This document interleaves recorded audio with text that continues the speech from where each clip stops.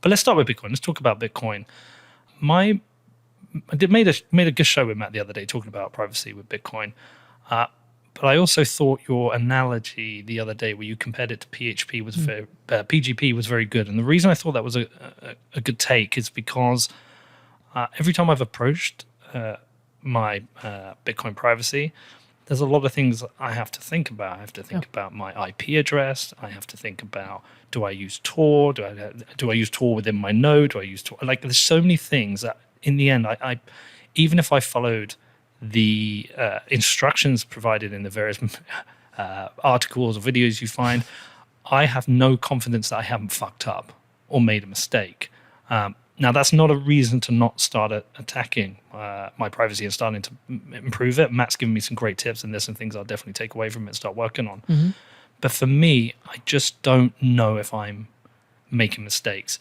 I think for anyone, let's approach this show like we're not making this one for Matt Odell's and people who understand privacy. Let's make this for people who just don't know anything, right? Who really have a basic fundamental understanding of Bitcoin. Maybe they're new to it or whatever. So as a starting point for you, it's going to seem like a really simple question, but why do you think people should be caring about their privacy? Why is it, why have you made that like central to your place in this ecosystem? Mm-hmm. Yeah, I think it's something that most people overlook in a broad sense. Even just stepping outside of cryptocurrency, most people have taken the approach of the incentives that I'm given by the companies that I love, by the brands I love, by the social media I love, is I give them my data and they give me a product that I want. And so we've kind of gotten used to this system of commerce where we're paying with our data, we're paying with all of the sensitive information about who we are, about the thoughts that we think, about the things that we write, about the things that we love, the things that we hate. And we're paying with all of this information to get access to something that is being sold to us as being a good for us and a net good for society. But we're quickly seeing that those things are very harmful to the individual and very harmful to society. And so people overlooking that and either not caring about personal privacy or taking, and I love Odell's approach to this, kind of taking the idea of, I'm totally screwed anyways. I don't know anything about personal privacy, so I'm just not even going to worry about it. And I'm just going to go through life as if it didn't matter. We're seeing that kind of be more the norm in society. But when we look at cryptocurrencies specifically, we've had a lot of similar approaches. And I think a lot of it is because early on in the Bitcoin days, people kind of assumed that Bitcoin was anonymous. And I don't think it was like improperly pushed as that by Satoshi or anybody like that, but it was very much a pseudonymous system that people thought that was good enough. And this pseudonymity, where you have these pseudonyms on chain, which are the addresses that you're given, the address that you give somebody to send you funds, that is really a pseudonym for you. And you can use multiple. You should never use the same one. There are all these kind of basic things for Bitcoin privacy, but people thought that pseudonymity would be good enough. But in reality, it's a very, very fragile pseudonymity. And even more so now that we have invasive regulations like KYC, the Know Your Customer, anti-money laundering, AML laws. We have things like that mean that usually when people are buying or selling Bitcoin, they're also attaching their ID to it. So now these exchanges and the governments who ultimately have control over them can attach your ID with who you are directly to on-chain addresses, which means that you have no even fragile pseudonymity. You are just directly linked between your ID and all of your on-chain activity.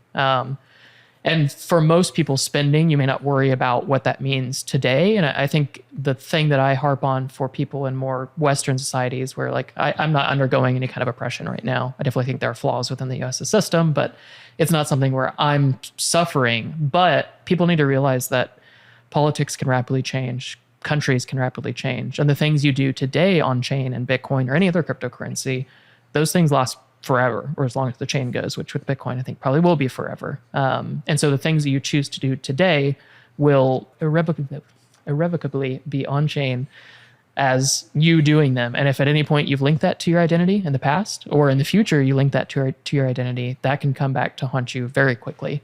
And that could be something that today is completely legal and normal. It doesn't need to be buying drugs on a darknet market. It could be supporting someone who's running for political office that you favor.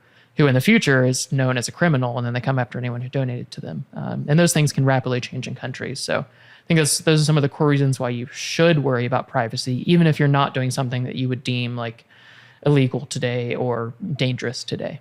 I think the wake-up call for me was with regards to the Canadian truckers. And, you and I have the benefit of growing up in a liberal Western democracy, a fairly relatively safe country, questionable governments at times, but like not under dictators. And I would have considered Canada the same. And I don't think you don't have to decide what side you're on with the Canadian truckers, but the right to protest, I think, is an important right. Very much. But even if they could have deemed the protests themselves illegal, the financial penalties for people who were just donating to what was seen as a fundraise to suddenly be either persecuted, financially cancelled, to me was kind of a scary move for a Western liberal democracy to make. And that made me realize, just like you said, things can change quickly. Yeah. And I mean, that was, I hope, a good wake up call for many people to see that governments understand that if they can cut off your finances, they ultimately can cut off all of your other rights without directly attacking them. Because just like we saw with the Freedom Convoy, and we've seen in many other authoritarian countries that have taken similar measures, if they can cut off your access to funding, obviously you need money to be able to buy food, to buy gas, to feed your family. There are all of these things that if you don't have a way to fund yourself and then pay for things, you ultimately have to abide by what they want or flee. Like, there are no other choices. And so when governments can kind of perform financial oppression, it's fairly simple in the current broken system. With Bitcoin, it does make it more difficult. But we even saw in the Freedom Convoy situation that a lot of things were not handled very well in the approach that was taken, and a lot of the privacy taken on the Bitcoin side was not done well either. And so there were a lot of issues with funds being traced directly to truckers, funds being frozen when they tried to deposit them to exchange for Canadian dollars. And we saw a lot of problems with that fragile pseudonymity that, yes, Bitcoin was able to be used to donate, which was a huge step up from GoFundMe and the others, because obviously they could just shut things down with the flip of a switch. Well, they didn't. They stole their fucking money. Yeah, exactly. That's very simple. Fuck you, GoFundMe. And Bitcoin makes that much more difficult, which is a huge win. And that is very important for people to understand. But on the flip side, Bitcoin's fragile pseudonymity can also be a problem because it can be very easy for governments to trace funds. And we saw in the Freedom Convoy, they quickly traced all of the funds. Funnily enough, it was the Royal Canadian Mounted Police. It's the Mounties who were the ones tracing funds and blacklisting all of the known UTXOs and trying to make sure that centralized exchanges would censor and confiscate funds when they were deposited, all of that. So there are definitely aspects of Bitcoin, while they can enable these things, if you don't do things correctly, you run into a lot of problems. And situations like that are a lot of the reason why I care so much about Monero, because it can be an extremely valuable tool, especially in scenarios like that. I think in many more, but especially in scenarios like that, where you are doing something actively against the state. You know you're going to be persecuted. So you need to think very deeply about both personal privacy and on-chain privacy. Well, and we get into the era of why privacy is important. I think it was David Chow when he was working on eCash, or even might have even been prior to that, where he wrote, and we should try and dig it out, put it in the show notes, but he wrote a very good piece on why financial privacy is an important pillar of democracy, because if you don't have private transactions, then you can either be tracked or you can be persecuted for having particular political beliefs. And if you want a free and open democracy, you have to have financial privacy. And I'm not sure what it's like here in the US. I mean, the UK is a fucking shit show, but in the US, what privacy rights should you have, or you meant to have constitutionally? Maybe I know the Fourth Amendment is relevant, but with the likes of the NSA, I mean, we know that the US government tracks a lot, but are you meant to actually have some fundamental privacy protection? Theoretically, yes. Yeah. I mean, especially with cash, which thankfully is still very common in the US. It's one of the main places remaining that's very, very cash friendly of like Western societies. Obviously, third world countries are normally very cash friendly, but with cash, obviously, you have very good privacy guarantees, both technically, and you're supposed to have good privacy from the government. As far as like banking laws and that kind of thing, normally your data is supposed to be protected outside of a warrant being issued, but there are lots of flaws in that system. So that breaks apart very quickly, but you should have good financial privacy laws protecting you here in the US, assuming all else holds up. Just a lot of that can fall apart very quickly under whatever pretense they decide to kind of roll with. But generally, you do have pretty good guarantees. And I think on the back of that, we've had this kind of erosion of privacy from the large tech companies, whether it's, I mean, I think I saw today somebody put on Twitter, someone uploaded a file to Google Drive and it was rejected. Yeah. So we've rejected that file based on its contents. Now, I don't know what the contents were. I think it was something like, I saw this as well. It was I think it was deaths in nursing homes due to COVID, or it was along those lines. Can you look it up? Yeah, have a look. Yeah. Now that gets into a very, very weird place because that's kind of thought policing the files that you want to host on a network.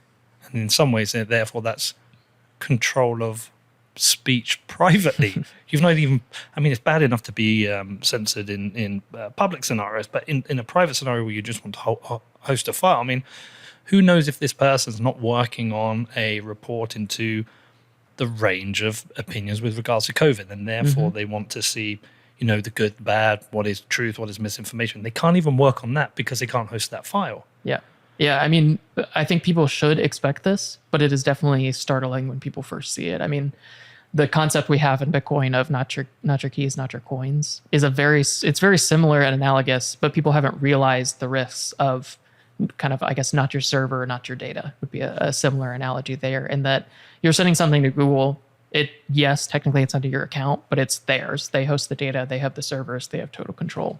And Google specifically, like Google Drive for a long time, has been censoring documents and information that they don't want to host. Mostly illegal content would be the main thing that they focus on, but they've also been key in a lot of censorship around COVID stuff, and there's a lot of history there, and that is not uncommon, and people should not be surprised, but it is something that I think many people are just waking up to. I don't actually. You found it? Yeah, it was a nursing home death by states, COVID deaths by states, but it's hard to tell you if it's definitely true or not. Like, it's just a screenshot. Yeah. Someone's right. Like, interestingly, someone said, "What if the file contained proprietary or confidential information?" Like, there's stuff that we don't know about it, but it highlights something. It's still a weird place, especially from a company who originally touted themselves as "don't do evil" or "don't be evil." One of the things I'm surprised about is that more companies haven't identified privacy as a competitive advantage. I think Apple feels like they've been fairly good. And then you do have things like DuckDuckGo on the search side of things. Shame it's a slightly shit search engine, but it is still fairly good. Have you been surprised by that, or is there more being done on that I'm not seeing? No, I think there's been a relatively large push over the past few years for companies to either be actual privacy companies who actually want to preserve your privacy and build tools that are uniquely enabling for people who wake up to that need. And then we've also seen a lot of Apple specifically, but Google's also been fairly large in that as well, of, I think, really using privacy as a marketing term more than they actually care about user privacy. I think, like Apple, for instance, I like to tell people that they're very good as far as third-party privacy is concerned. Just the idea of, like, your data is only going to be between you and Apple normally. Yep. They're going to have full purview into everything you do. Your backups are normally unencrypted. Your iMessage, it's theirs unencrypted. iCloud, theirs unencrypted. So they have access to that, but they have done a very good job of helping to rein in the visibility that other people, other apps, other providers have within the Apple ecosystem. Whether that's for your good or ultimately, I think what a lot of people have pointed out is that it helps them build a marketing monopoly where only they have access to the data of iPhone and Mac OS and iPad users, so they can then leverage that to make money.